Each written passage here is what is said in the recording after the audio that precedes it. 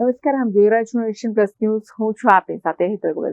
ભાવનગર જિલ્લાના તળાજા તાલુકાના અલંગ અને મણાર ગામમાં મેગા ડિમોલેશનની કામગીરી હાથ ધરવામાં આવી છે.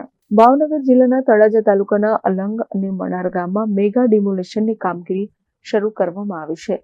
સરકારી પડતર અને ગૌચરની જગ્યા પર કુલ 459 દબાણો ખડકાયેલા છે, જેમને હટાવવા માટેની કામગીરી હાથ ધરવામાં આવી છે. રહેણાંક, કોમર્શિયલ સહિતના દબાણો હટાવવા માટે આજે સવારથી જ તળાજા સરકારી ડિપાર્ટમેન્ટ દ્વારા કાર્યવાહી હાથ ધરવામાં આવી છે.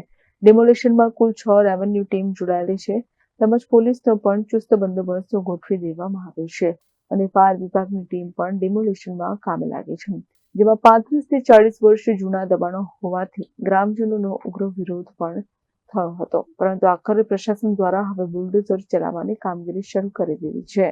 Bureau report, Nation Plus News, Bhavnagar. સમાચારોના સતત અપડેટ મેળવવા માટે અમારી નેશન પ્લસ ન્યૂઝની યુટ્યુબ ચેનલને સબસ્ક્રાઇબ કરો, બેલ આઇકન દબાવો અને જોડાયેલા રહો ફેસબુક, ઇન્સ્ટાગ્રામ અને ટ્વિટર પર.